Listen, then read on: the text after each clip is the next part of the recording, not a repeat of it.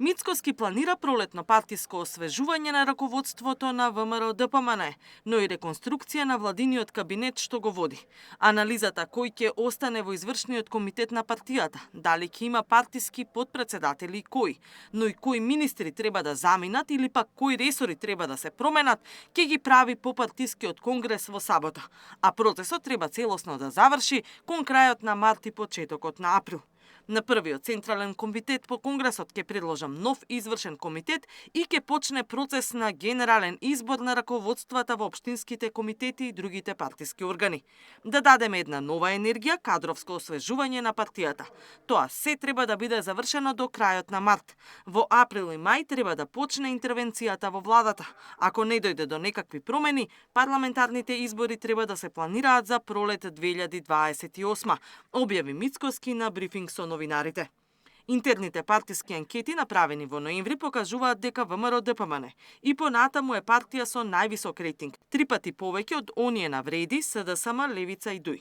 Сепак, тој не планира предвремени избори, бидејќи наредната година се договара нова еврообврзница од 700 милиони до 1 милиарда евра, што ќе биде економски предизвик.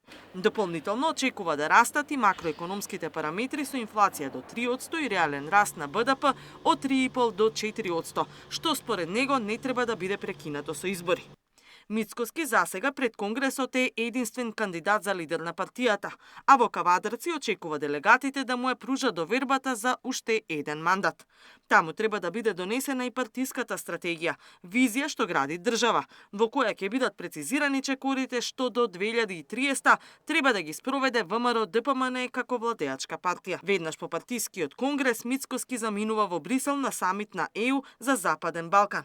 Во однос на реформската агенда очекува забрзување на темпото на законите и подзаконските акти што треба да се донесат. Сепак, тој не отстапува тоа дека судството и обвинителството нема да добијат повеќе пари за поголеми плати.